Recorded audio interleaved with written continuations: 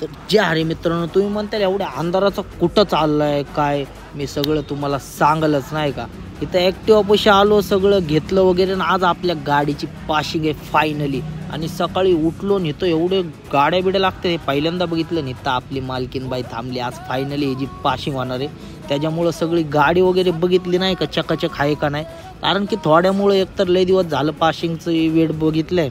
मग इथं आलो आणि इथं सगळे रिक्षा वगैरे एवढे नव्हते, आणि थंडी एवढी सुटली. आणि तुमच्या इथं थंडी आहे का नाही मला सांगा बरं. आणि इथं शेकोटी वगैरे करत बसलो मी, आणि खूप उशीर झाला होता, ते उशिरा येणार होते. मग नाश्ता वगैरे करावं म्हणलं, मग नाश्ता वगैरे केला आणि इथं आलं. मग आपल्या गाडीला ते पट्ट्या वगैरे लावायला लागले, रेडियम वगैरे नाही का. मग सगळ्या पट्ट्या वगैरे बघितल्या कसे कसे नाही का, सगळे एकदम ते बघितलं वगैरे, एकदम छान दिसत होती ती माझी गाडी. मग त्यानंतर इथं आलो पाशिंगसाठी, 2 मिनटं त्यांनी सह्या केल्या झाली पाशिंग. मग गाडीला गोंडे वगैरे घेतले, गोंडे कसे दिसतात ते सांगा.